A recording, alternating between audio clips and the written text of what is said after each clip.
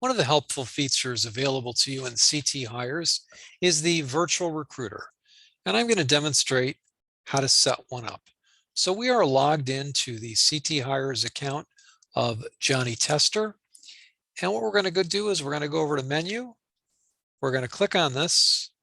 We're going to come down to quick search, job search, and we're going to assume that Johnny Tester is a cook. So we're going to enter the job title of cook, and we're going to do a virtual recruiter. We're going to do a couple of them, but we're going to do one which is just going to be all of Connecticut. So I start to type it out and it pops up for me. And what we're going to do is we're not going to select a time period for the job. We're going to look at everything in the system. Occupation group, we will go to food preparation and serving related occupations. We're not going to put in a minimum acceptable salary now or even education level. We will leave these two boxes checked, preferred employer and national labor exchange. So we're going to start our search, and it's going in, and it brought up 488 jobs. So we're going to save this search. We'll go through all the way to the bottom here, and we're going to save this.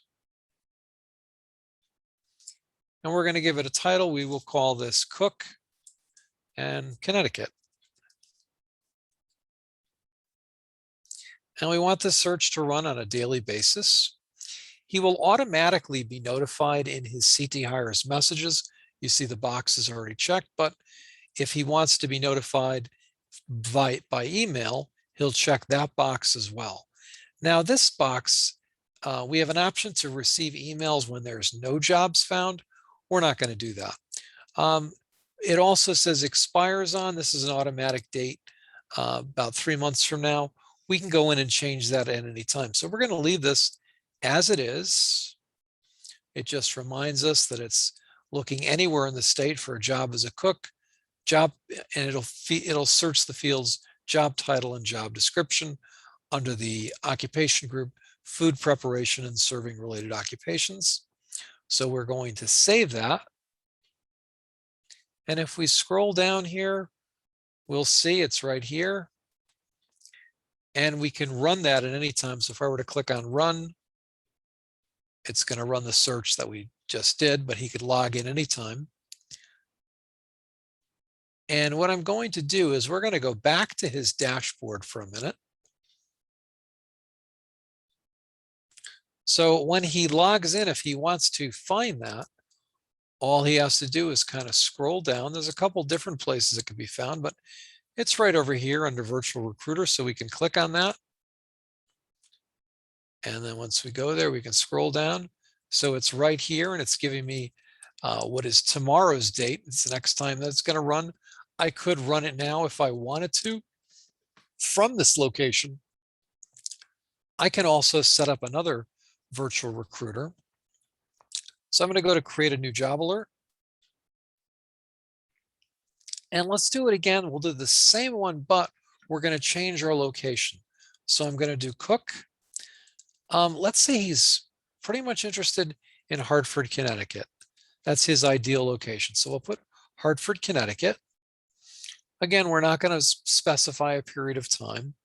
We will specify food preparation and serving related occupations. We're not going to choose a minimum salary or education level. He can if he wants to. You can if you want to. We're just going to do that under search. We're going to click. And so now we have 474 jobs using the keyword cook in Hartford, Connecticut. So we've got that set up. We've done the search, but now we're going to save this one just like we saved the other one. So we're going to save search, and we'll put cook, and then we'll just put Hartford. We want this to run every day. We want to be notified by email just like the other one. We're not going to check the box off to be notified when there's no jobs. We only want this, we want this to run every day, but we only want to receive a notification when there are jobs in the system. So we leave that expiration date up there. And again, just verifies Hartford, Connecticut, Cook. The fields that they're going to search is job title and job description. Job occupation group is food prep and serving related occupations. So we're going to save this. And what we'll see as we scroll down here, so we've got two different ones. We have Cook for the Hartford area and Cook for Connecticut. We could run them at any time that we want. If he wanted to delete one or the other, he could just check on the box and click on delete, but we're going to leave those in there for now. So that's an explanation of how Virtual Recruiter works.